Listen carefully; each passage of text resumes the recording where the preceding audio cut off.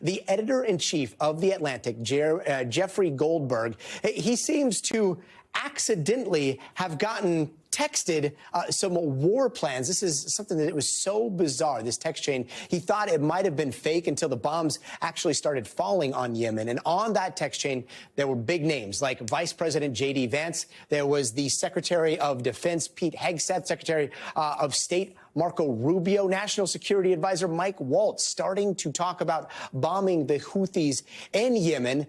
And after those bombs did drop, the chain started celebrating, saying things like, good job, Pete, to you and your team. Mike Waltz, the team in Mal did a great job, great work. A lot of emojis, as you see. Today in Congress, senators seemed pretty shocked by all of this.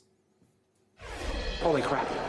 I mean, when this level of detail is being shared on a non-classified network, and this isn't the first time we've seen this sloppiness from this administration. This level of detail on just a signal message chain, it's mind-boggling. Just a few moments ago, the Secretary of Defense, Pete Hegseth, talked the first time publicly since this entire story broke, but he didn't talk about the alleged classified information that was shared. Instead, he attacked the journalist who it was shared with. You're talking about a deceitful and highly discredited so-called journalist who's made a profession of peddling hoaxes time and time again, to include the hoaxes of Russia, or the fine people on both sides hoax, or suckers and losers hoax. So this is the guy that peddles in garbage. This is what he does. Nobody was texting war plans, and that's all I have to say about that. Okay, but all this was happening as other news was breaking on the legal showdowns between the administration and federal judges. That's continuing tonight with the D.C. Appeals Court hearing arguments in that deportation case under the Aliens Enemies Act, which deported over 200 Venezuelans to El Salvador last week, all while the temporary protected status of Venezuelans in the United States hangs in the balance right now. We've got more on that coming up shortly. Meanwhile, the Trump administration, the Trump White House, is now asking the Supreme Court to stop lower courts from forcing agencies to rehire workers that have been laid off by DOJ, while Elon Musk is sitting in cabinet meetings, the latest one just today, to tout DOJ's efforts to cut back on government spending. Obviously, lots to get here, so let's start with NBC News White House correspondent Vaughn Hilliard. Vaughn, okay, so all of this happening on Signal. It's an app that I've got on my phone. I know you have it on your phone. Like, let's start here. Are government officials using Signal to communicate like this instead of their secure lines, their skiffs, like all the official channels?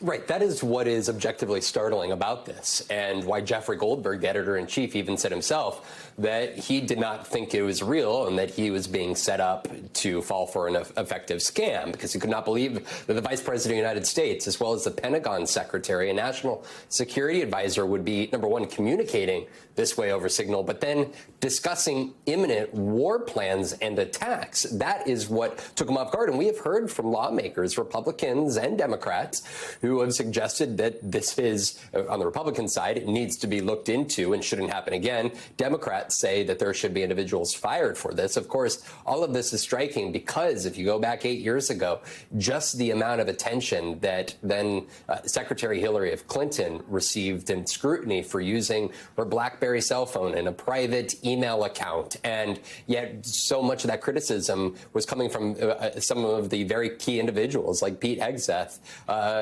today, who are now the ones questioning the actions of Hillary Clinton 8 years ago. But of course, the paramount concern are those active military servicemen and women who could have been in harm's way if an adversary were to have been able to breach and be a part of these conversations that the Atlantic's Jeffrey Goldberg was a part of. Yeah, it's going to be interesting to see if we're talking about this in 8 years. And yet the White House, they are saying that this conversation is legit, right? Like, what's their response to questions about just the security breach aspect of all this? Right. The National Security Council said that they are going to initiate an inquiry into this here and acknowledged the veracity, the authenticity of this signal thread in the conversation that took place. The President of the United States earlier this afternoon, when he was first asked about it, well, he didn't seem to, at least in his own telling, know about it. Take a listen. I don't know anything about it. I'm not a big fan of The Atlantic. To me, it's a magazine that's going out of business. I think it's not much of a magazine, but I know nothing about it. You're saying that they had what? They were using Signal to coordinate on sensitive materials and having to do with what? Having to do with what? What were they talking about? With the Houthis. The Houthis? You mean the attack on the Houthis? Right. Well, it couldn't have been very effective because the attack was very effective. I can tell you that. I don't know anything about it. You're telling me about it for the first time. Pete Hegseth, the defense secretary, is actually out on his first overseas trip to Asia. He just took off earlier today. National Security Council or National Security Advisor Michael Waltz, the individual who actually brought Jeffrey Goldberg into this signal thread. Of course, there's a lot of scrutiny and a lot of questions here still ahead, Gotti. Yeah, and I got to say, like, I am very fascinated by the insight that all of this has given us. Like, at first, VP Vance is pushing back against the strikes, it looks like, from these texts. And that's because it ran against the let Europe defend itself messaging from the president. And then there was all this ragging on Europe for what they called freeloading. Like, how is this going to go down with our allies? Right, and that's where J.D. Vance, he suggested on this group text that effectively it ran counter towards the administration's positioning on Europe because the reasoning for the attacks on the Houthis was because the Houthis have repeatedly attacked vessels in the Red Sea. And J.D. Vance was making the case that just about 3% of U.S. trade actually runs through the Suez Canal, as opposed to, in his numbers, 40% for Europe, making the case that this should be an initiative taken on by Europe as opposed to the administration. Of course, they went forward with the attacks anyways there, but that was where you heard the vice president with the likes of the Pentagon, the Secretary of National Security Advisor, but also the Chief of Staff, Susie Wiles, openly having a conversation about whether to tell President Donald Trump about the deliberations and whether their belief that it ran counter to their position on Europe. So really, it is quite a conversation to have be brought to light in this sort of capacity.